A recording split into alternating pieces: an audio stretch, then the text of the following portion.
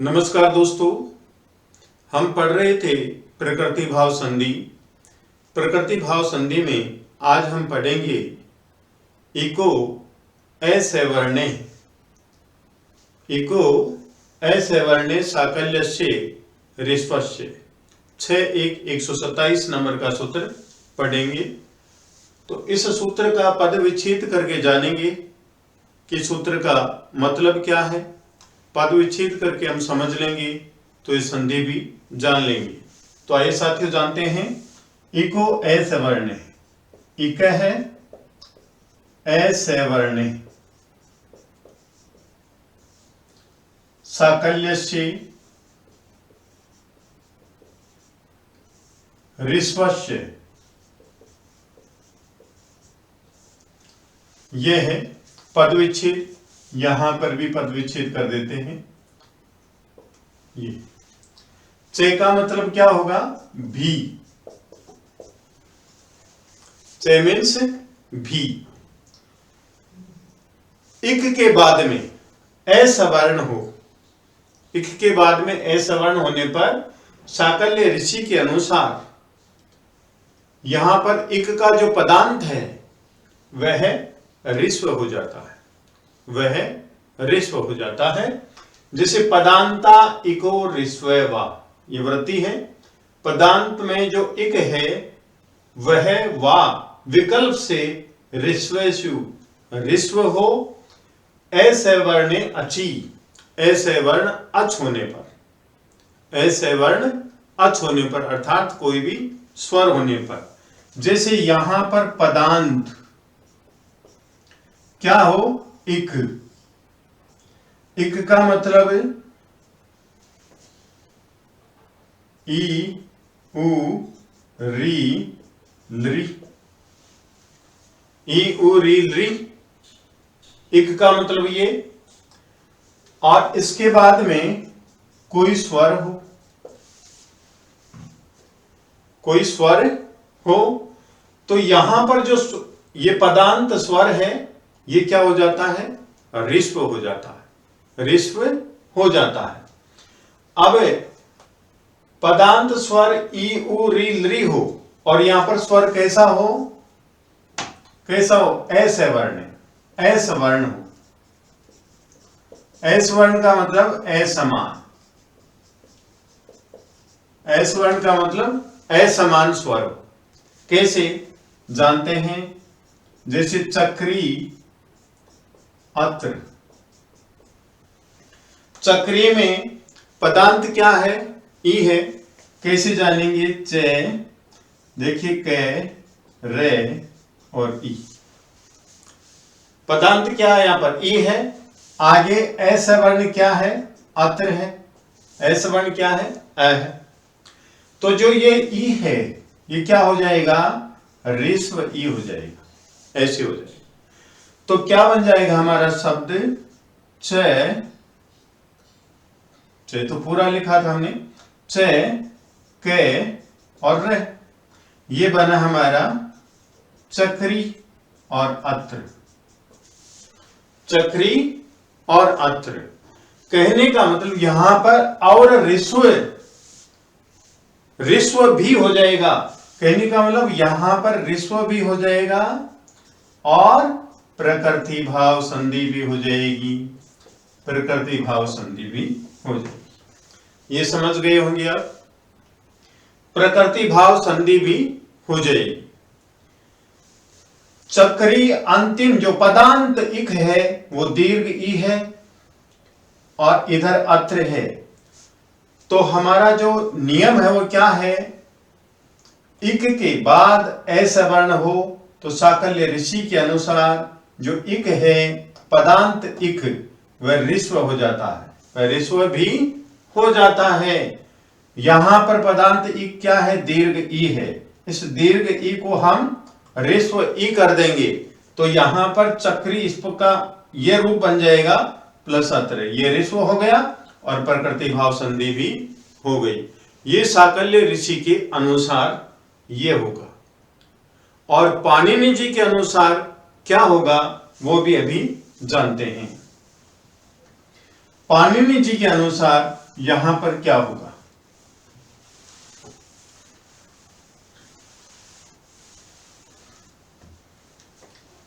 चक्री अत्र, यहां पर च,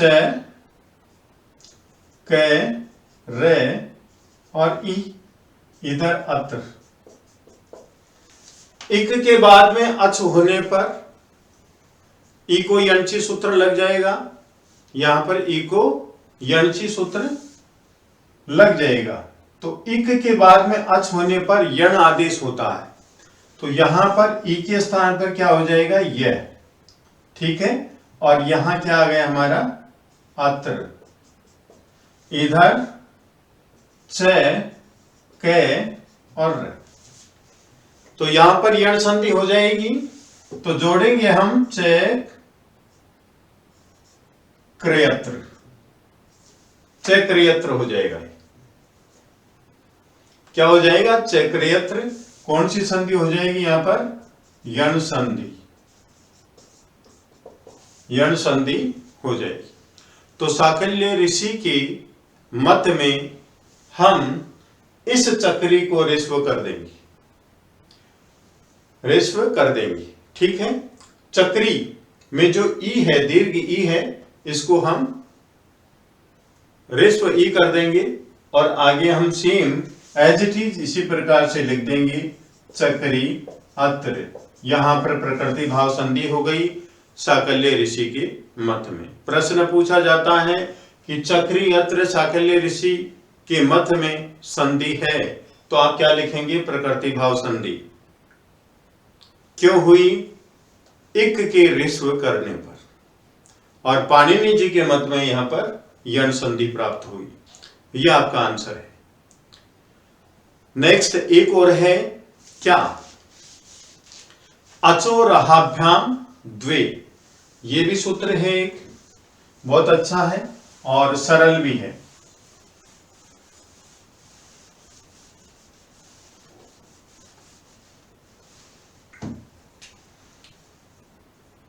अचो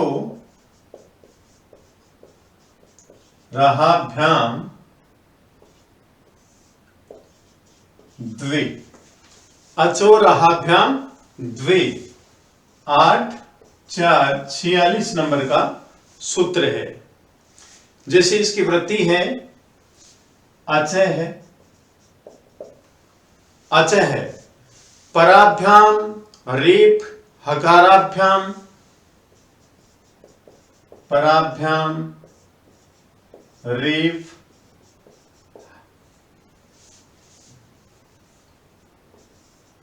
हकाराभ्याम परस्य यरो द्वेवाशात, परस्य यरो द्वेवाशात।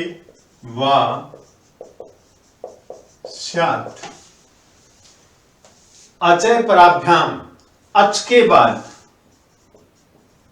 अच के बाद क्या हो? रे हो या है हो। अच के बाद रे हो या है हो, तो यर है, ये द्वे, यर द्वित्व हो जाता है। अब नेक्स्ट उदाहरण है और हमारी संधि है अचोराभ्याम द्वे, अचोराभ्याम द्वे 8 4 46 नंबर का सूत्र है और इसकी वृत्ति है कि अचय पराभ्याम, अच के बाद रेप हकाराभ्याम, रेप हो और है हो, परस से इसके बाद यर हो, तो वाह विकल्प से द्वेशात, द्वे हो जाता है, विकल्प से द्वित्व हो जाता है। तो यहां पर उदाहरण दिया गया है क्या? गौर्यव, गौर्यव शब्द दिया। तो सबसे पहले यण किया गया है यहां पर क्या? जैसे गोरी शब्द है और फिर आओ, ठीक है, अब यहां पर जो ई है और आगे अच है, तो यहां पर ई का जो इक है, इक के स्थान पर यण आदेश होगा। ई को यणची सूत्र से, ई को यणची सूत्र से क्या होगा, इस देखिए गो रे, और इस ई के स्थान पर जो ई है दीर्घ, इसके स्थान पर ये होगा और आगे आओ। ठीक है, तो यहां पर जो रे है किसके बाद है, औ के बाद है। औ के बाद कैसे, जैसे गए और ये औ, तभी बना गौ। तो औ के बाद, अच के बाद क्या है, रेफ है, रे है, और रे के बाद में क्या है, यर है। तो हमारी जो वृत्ति क्या कह रही है कि अच के बाद, अचय पराभ्याम, अच के बाद रेफ हो, रे हो और हकाराभ्याम है हो। यह स्पष्ट लिख देता हूं, अच के बाद रे हो या है हो, रे हो या है हो, तो जो यर है ये क्या हो जाएगा, द्वित्व हो जाएगा, द्वित्व, दो हो जा, डबल हो जाएगा यर। तो देखिए रे है, रे से पहले अच है, अच के बाद यर है, तो जो यर है ये द्वित्व हो जाएगा। कैसे हो जाएगा, देखिए गौ रे, ये और ये द्वित्व, और इस प्रकार से हो जाएगा। अब हम इसको संयोजन कर देंगे, वर्ण संयोजन करेंगे, तो देखिए गौ और जो रे है ये ऊपर चला जाएगा, ये औ की मात्रा गौरियव, ये शब्द बन गया। इस प्रकार से ये सूत्र यहां लगाया गया, और यहां पर गौरी आउ ई को यणची से ये गौरियव बना, गौरी, ई को यणची सूत्र से ये आया। तभी तो ये सूत्र काम किया हमारा, अचो राहभ्याम द्वे, अच के बाद में यदि रे होता है या है होता है और उसके बाद में यर होता है, तो यर डबल हो जाता है, यर डबल हो जाता है। ठीक है, जैसे कर्म है, नेक्स्ट उदाहरण कर्म। ठीक है, इसको देखिए वर्ण विच्छेद करते हैं, क ए के बाद में देखिए रे और आगे मैं। तो रे से पहले क्या है, अच है, क्या है ये, अच है, और रे के बाद में क्या है, ये यर है। तो यर क्या होगा, डबल हो जाएगा, इस प्रकार से क्या हो जाएगा, डबल हो जाएगा। और यहां पर सेम एज इट इज ऐसे लिख देंगे, क और मैं, इस मैं के ऊपर रे, इस प्रकार से हो जाएगा, क प्लस ए, तो क पूरा हो गया, ये जो रे है ये ऊपर चला जाएगा, मैं, कर्म, इस प्रकार से भी लिखते हैं कर्म, और इस प्रकार से भी लिखते हैं। तो अचौ राहाभ्याम द्वे सूत्र से कर्म ये बना, और सामान्य रूप से ये बना कर्म। ठीक है, नेक्स्ट संधि देखिए, अच संधि की अंतिम।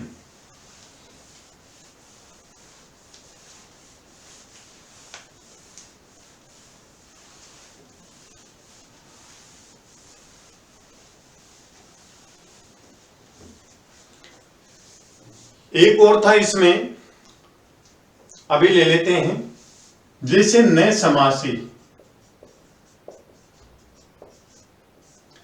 जो पहला सूत्र था उसका जो हम इक के आगे यदि असमान स्वर्ण, असमान स्वर आता है तो इक ऋस्व हो जाता है साकल्य ऋषि के मत में। तो वहां पर ये और देखेंगे हम, न समासी, समास में ऐसा नहीं होता है। जैसे वाप्यस्व, वाप्यस्व ये शब्द था, तो यहां पर नदी में घोड़ा या पानी में घोड़ा, वापी बावड़ी को भी बोलते हैं। तो जो वापी है, वापी गी और अश्व, सु। यहां पर लुक होने से विभक्ति हट गई, तो वैसे ये सप्तमी विभक्ति एकवचन है। वाप्याम अश्व है, ये हुआ। अब मूल रूप से हम क्या लिखेंगे, वापी अश्व। यहां पर क्या होगी, संधि होगी। तो यहां पर जो ई है इसका क्या हो जाएगा, यह। ठीक है, तो हमारी संधि क्या प्राप्त होगी, यहां पर वा प ये में ए मिलेगा और वाप्यस्व है। इस प्रकार से शब्द बने। कहने का मतलब समास में जो पदांत इक है उसके स्थान पर रेस्व नहीं होगा, रेस्व नहीं होगा समास होने पर। अगर समास है तो उसमें पदांत जो इक है वह उसके सामने अगर असमान स्वर है तो उस इक को हम रेस्व नहीं करेंगे, वहां पर संधि होगी, वहां पर संधि होगी। अंतिम सूत्र है हमारा अच संधि के अंतर्गत जो प्रकृति भाव संधि करता है वो है ऋत्यक।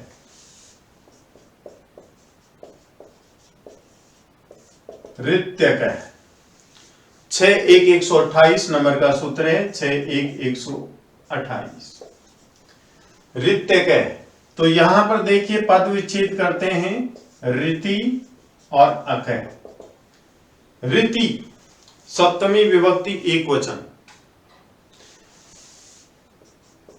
रित, रित का मतलब रेश्वरी, रेश्वरी, रेश्वरी। तो अक, अक के बाद में रेश्वरी आए, रेश्वरी हो तो प्रकृति भाव संधि होती है, तो प्रकृति भाव संधि होती है। जैसे ब्रह्म ऋषि, ब्रह्म ऋषि, तो अ है, यहां पर पदांत अ है और इसके बाद में क्या है, ऋश्वरी है, तो इसकी प्रकृति भाव संधि इसी प्रकार से हो जाएगी, ब्रह्म ऋषि, ब्रह्म ऋषि। और वैसे विकल्प से ब्रह्म ऋषि हो गई और आदगुण सूत्र से अ धन री, उरण रपड़े से यहां पर अर बना तो ब्रह्म अर और सी ये हो गया। तो हमारा शब्द बना ब्रह्म ऋषि, ये शब्द बन गया ब्रह्म ऋषि। इस प्रकार से ये हमारा ऋत्यक सूत्र है।